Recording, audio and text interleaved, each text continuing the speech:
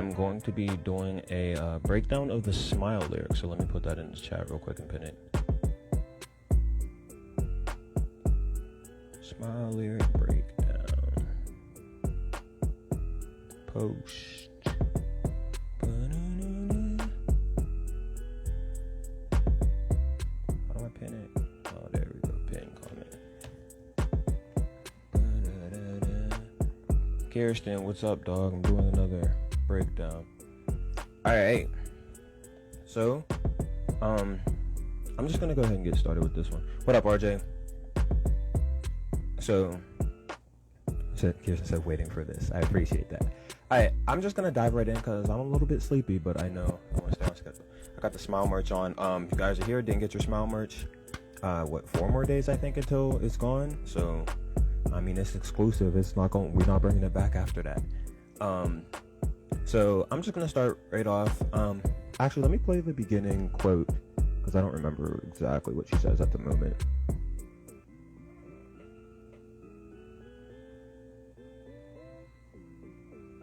Oh snap, I didn't put a quote at the beginning. Wow.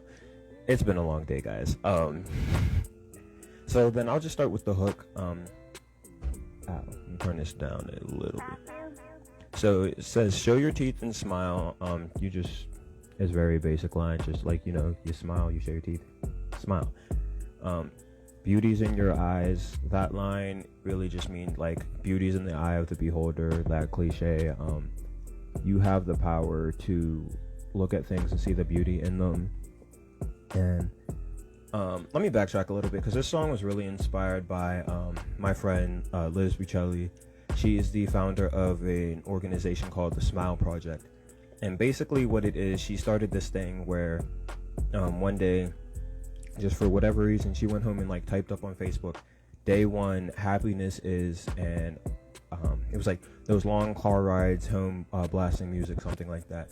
And that was back, 9, almost 10 years ago now.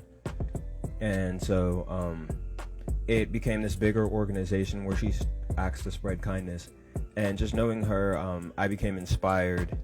And this song, specifically, so she branched out a little bit more with her organization. She has this program called the Ambassador Program, where like other people who have began sharing their happinesses every day can become parts. And I was one of the initial ambassadors. And so she wanted to interview me. And it was interesting because one of the questions she asked was like, how did I start? And so I was at this camp called Ryla. Give me 1 second. Hi. Hey, buddy. Let me say hi to the camera. Say hi to Lightning, everybody. It's just Kirsten. Alright, don't lick my mic, please. Hi, buddy. And so, she told the story of how the organization got started and whatever, and this was like a summer camp. It was 2018. Dog, yes, dog. And I thought like, wow, that's cool. That's like, it was really interesting because I was like, this is somebody that's out here actively changing the world, like doing something, and like I get to meet them in person. Like I feel like these are the type of people like you meet in movies, you see in movies, or like only read about in a history book, where like she's out here like really doing something, making a difference. And so later in that week, we had this dinner with all the like Rotarians from our area, and she happened to be sitting at the table with me and a couple other kids. She was one of the counselors, and the Rotarians had known them because they do this like every year. She'd been a counselor, and they were familiar with her, and they were asking her like where she was working, and she had actually just quit her job to do this thing where she drove around. I want to say it was like 56 different cities, something like that, just doing random acts of kindness. And she didn't want to tell them that she had quit her job, and so she kind of like deflected when they asked about work to like asking us who were still students at the time like about things we were doing. And I remember that moment so clearly because that was like the humbling, like, wow, she's really just like a normal person just like you or me. I think like she's this big old person changing the world. She wouldn't do something like that. She's like perfect or quote unquote has it all together, but like no, she's figuring it out like all the same. She still has those human tendencies. And so that's one of the big inspirations for me that she had on me. And like I'll say time and time again when I'm talking down, doing these breakdowns with the album, a lot of inspiration came from these super characters, whether from anime or even in real life, from people who were had these different qualities, but the things that drew me to them were not like the things that drew me to them were not like their natural human qualities, but they were for sorry, I'm really messing up, like things are going on in my house right now. Not their super quote unquote superpowers, but their extra human abilities, like their empathy, those type of things that made them more drew me to them more. And so she was interviewing me for the Smile Ambassador program, just to get, like, I guess, showcase kind of the people who had begun and continued in writing Happiness Is. And I was writing, and at the time I began watching with my friend Joey again. I'll talk about the show over and over, My Hero Academia. And for those of you who like watch or haven't watched, this kid, the main character is a kid who didn't have superpowers, but he gets, like, there's this, superheroes in this world are kind of like pro athletes in a sense, in our world. And so, like, the number one hero gives him his powers, and it's like a transfer, and for a large portion, like, they're both using those powers to, like, save the day. And so when I left Ryla, that camp, a lot of other students who were there, I'm on live, I can't, yeah. A lot of other students who were there started posting their own, and I was like, I feel like that would be like taking her power. Like, that's Liz's thing. I don't want to steal that. I'm gonna leave that alone. Like, if other people want to do it, that's fine, but I feel like I'm copying. Like, that's not for me. And so one day I was having this like really bad day, and it was over, I had a fight with my mom in the barber shop because my mom wanted me to cut my hair like shorter, and I did not. Those of y'all who know me know that I like really love my hair, and that was a big thing for me. And so that like ruined my whole day because I ended up having to get my hair cut. And so I was like, I need something just to feel better about today. And so my cousin texted me, and like I posted about it on my Snapchat story and everything. I was ranting, and my cousin slid up on my story and was like, well, at least you know it's gonna grow back. And in that moment, I just thought about, you know what, like, you're right, eventually it is gonna grow back. And so I started right there, like, day one, happiness is knowing my hair will grow back. So when Liz was interviewing me, I went and wrote, I was thinking about that, and in the context of the show, like My Hero Academia, I thought about All Might, who is the number one hero, and Deku, the main character. How, excuse me, he gave him the power, but it wasn't like, it was like they could both use the power. It was something that, and then ironically, it's called one for all. So like, it's something that every multiple people had shares. The point of the power is to be passed down from person to person. And so that was like, those were two major inspirations going into the song, with both Liz and the Smile Project, and then My Hero Academia, All Might, and One for All. So start over with the lyrics. Show your teeth and smile. Just, you know, you smile, show your teeth and smile. Nothing deep there. Beauty's in your eyes. Again, the cliche, beauty's in the eye of the beholder.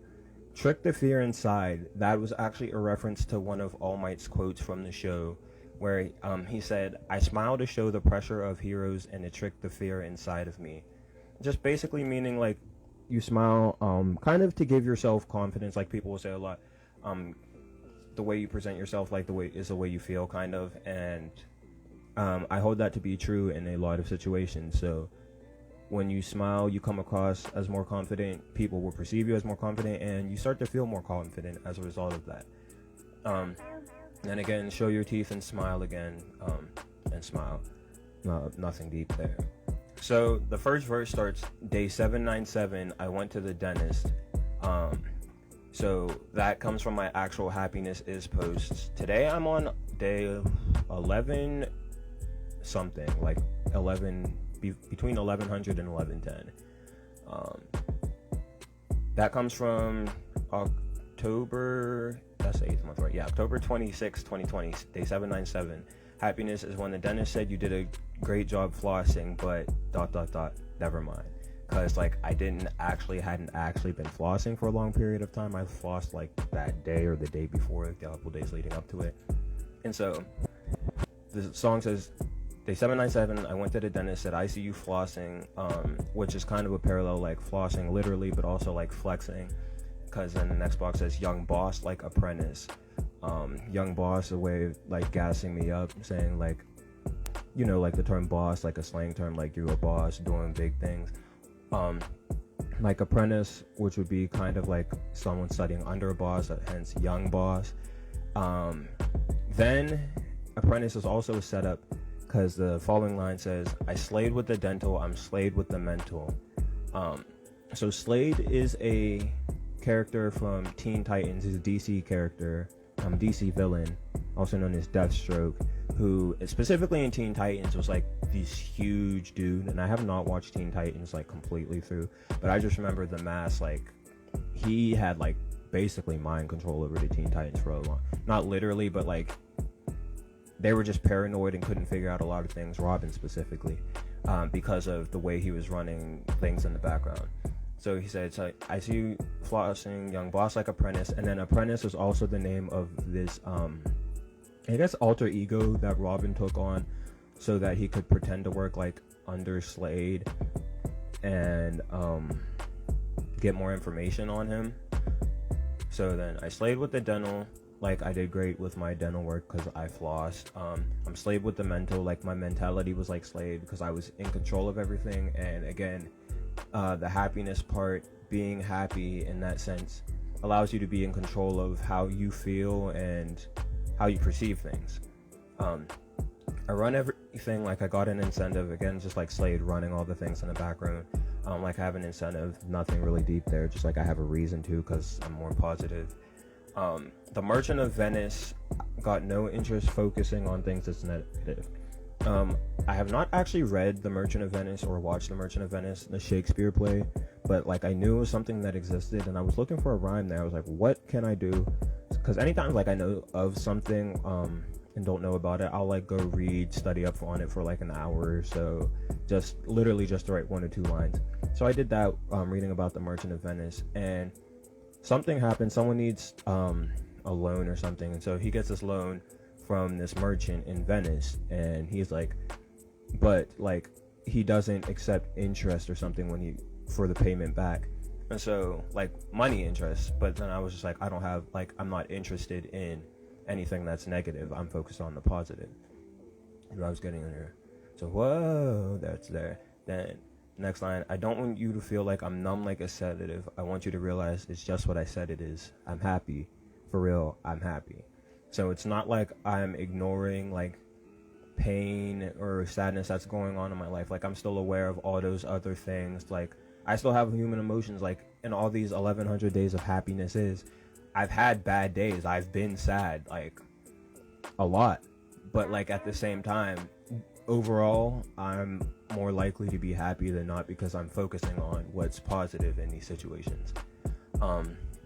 It says I'm happy and hope that's the message I'm sending. Again, I want to come off as a more positive person. I feel like people are more inclined to, I don't want to say gravitate towards you because I don't care if people like gravitate towards me necessarily just for no reason at all, but like I guess I'm more inclined to change the world or be personable if I can affect people in that way, if people like see me as positive. Hope that's a message I'm sending. Hope the joy inside of me is reflected. I keep the peace inside of me protected. I've been in a place where like my brother had a podcast, and I remember recording an episode probably almost a year ago, a few months short of a year ago, and he was like, would you rather like argue with somebody over something if they're not going to understand it, or would you rather eat a sandwich? And I feel like I've been in a position like I'm taking the sandwich. If they're not going to understand me, I'm going to protect my peace and not worry about trying to argue when it's not necessary and they're not going to get it. Like that makes no sense. That's a waste of time. So protecting my peace. Can you tell I'm invested? Subtle reference to my song Craft where it says like, I'm invested in this craft, just like in music in general, invested in doing that. Trying to give that impression, make the best of your quest. I made pink lemonade when life gave me those lemons. So that references the euphemism, like when life gives you lemons, you make lemonade. But then I chose to say I make pink lemonade when life gives you those lemons, because like making lemonade is like easy to do when you have lemons, but like pink lemonade, like nobody really knows how that's made. I mean, somebody really knows how it's made, but like most people, I don't know how it's made. I didn't look that up, but like it's something that like going, I guess, above what you would think to do. It's like an extra little fun surprise with what you have, instead of like life gives me a day, like when, for example, when my grandma passed, life gave me a day where I lost my grandma. Instead of taking that as like making lemonade would be like, dang, I'm sad, like my grandma passed, I'm gonna grieve, which I did, of course. My response was, wow, my grandma passed, but look at all the people who came together to support her, like in honor of her memory. So that's what making pink lemonade, I guess, means to me. I'm definitely going to use that pink lemonade more in future songs now that I'm talking this out. I like the way that works, that concept works. So then there's the hook again, and then we go to day 612, happiness a choice. And I gotta actually look this up, because this is probably my favorite happinesses that I've ever written to date. It says day 612, happiness is a choice. This one might seem kind of random, and this comes from February 22nd, 2020. This one might seem kind of random, but I've been thinking about it for a while now. Just because I make these posts every day doesn't mean it's sunshine 100% of the time. Even so, making these posts makes me cognizant of the fact that there's always, in all caps, something to be happy about. Conversely, there's always something to be sad, upset, or mad about. Recently, I've had quite a few days where I was just irritated for one reason or another, and I felt like acknowledging something good would just magically make me happy. It doesn't work like that. Happiness is so much more than something I post about every day. It's the actions behind the words that matter. It's the authentic appreciation for the fine details of life that makes happiness so powerful. And so, in short, yes, happiness is a choice.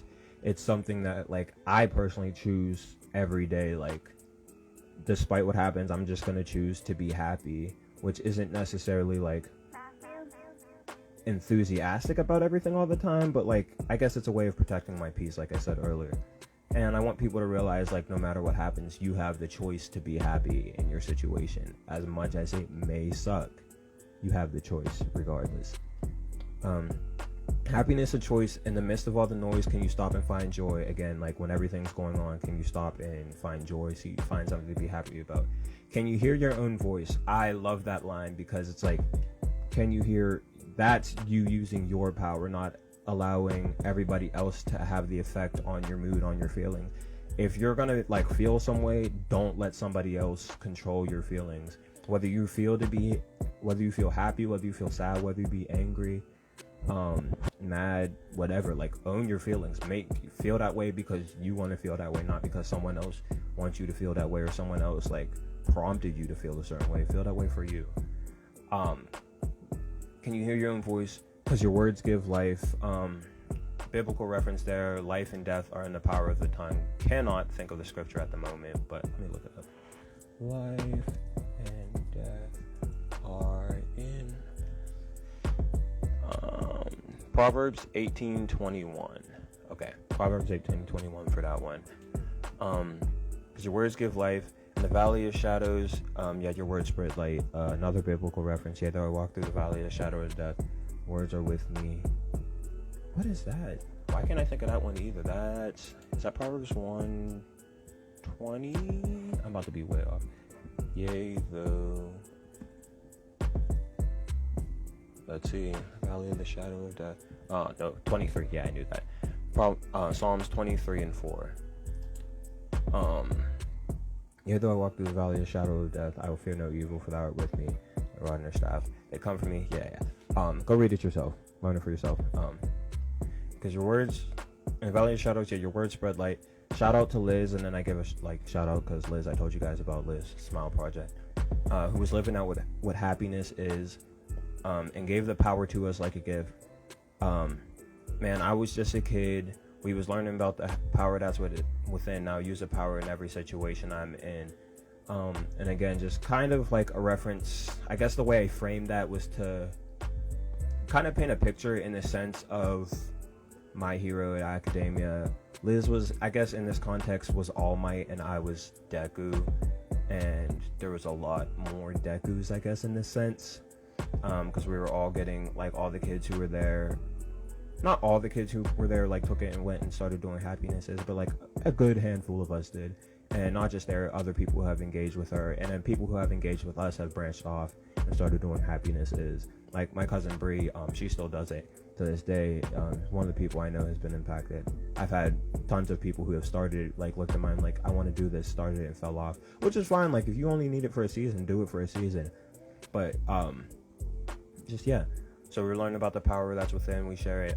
Use the power in every situation I'm in. That's me. Like, I'm going to use it whenever to stay positive. Next line, no cap. Like, y'all know what no cap means. Like, I'm not lying. Never put a limit on my optimism. So not only does no cap mean, like, I'm not lying, but, like, no cap, like, there's not a limit on my optimism. I'm going to stay positive, like, regardless. Oh, that's my go to sleep alarm. That's not happening right now.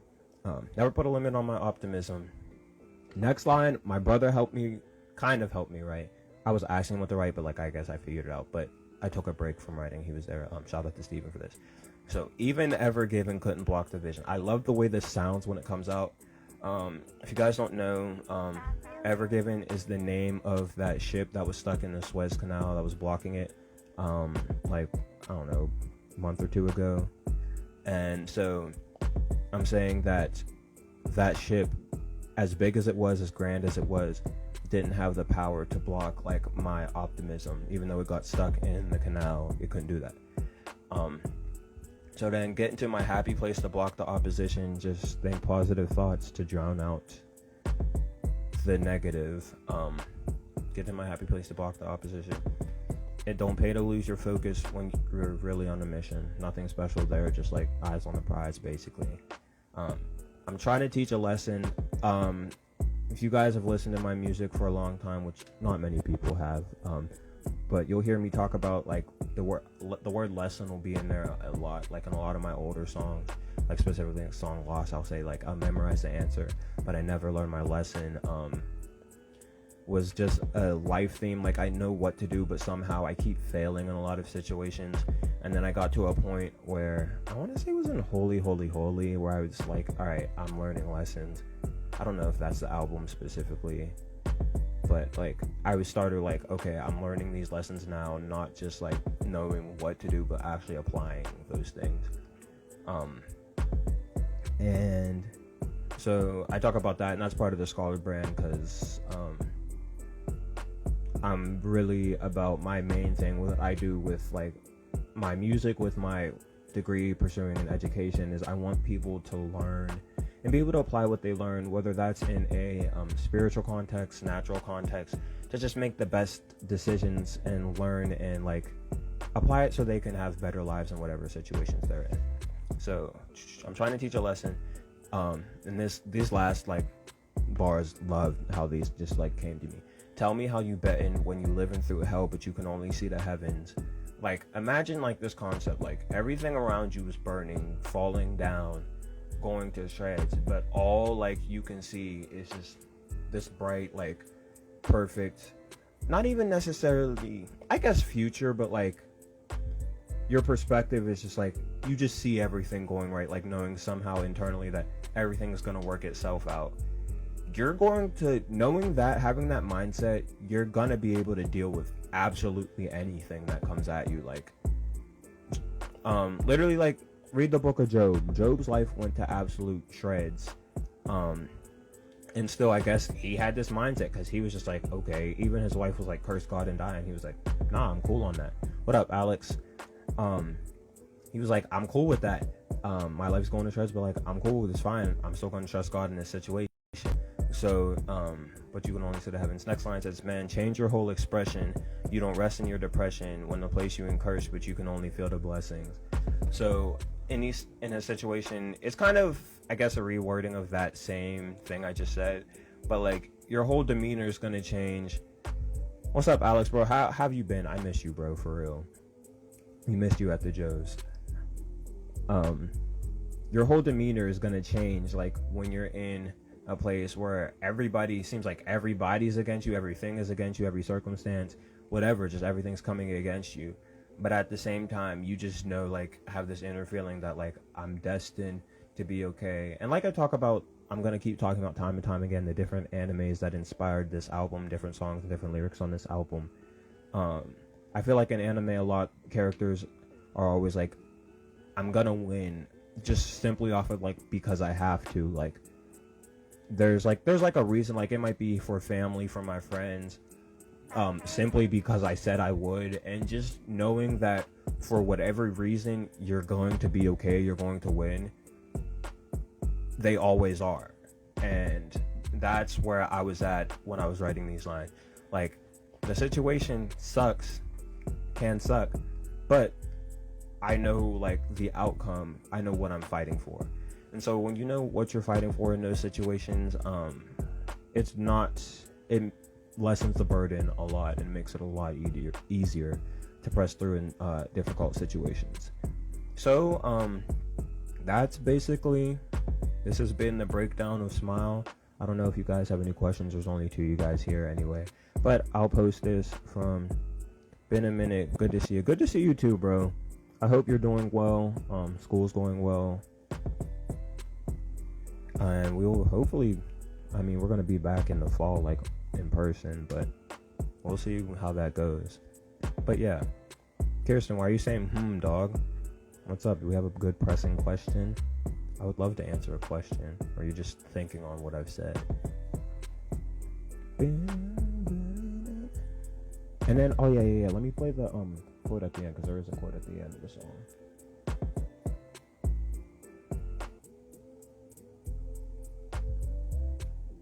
I think anything that can add levity to the world or make someone feel a little bit more hopeful and optimistic and kind of exist as a refuge and as a solace for people who are doing the work that I can't do. Drake, Jersey Drake, what's up, my bro? Worth pursuing.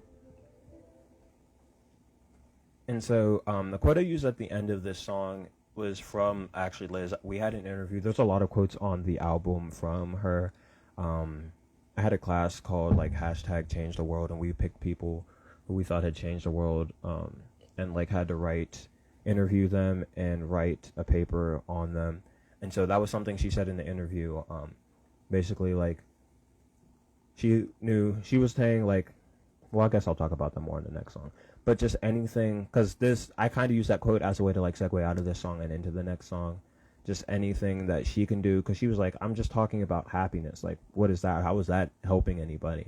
But she was like, anything basically that can encourage somebody else to keep on doing the work, because there's so many different things that I personally, like, would love to be able to spend my life, like, advocating for, like social justice rights, racial equality, climate change, like, all different things. And I know, like, I physically cannot do that. She knows she physically cannot do that. So we're kind of in a boat where we want to be places where people can, I don't want to speak for her, but, like, knowing her pretty well in this sense, we want to be places that people can kind of, like, gain, I guess,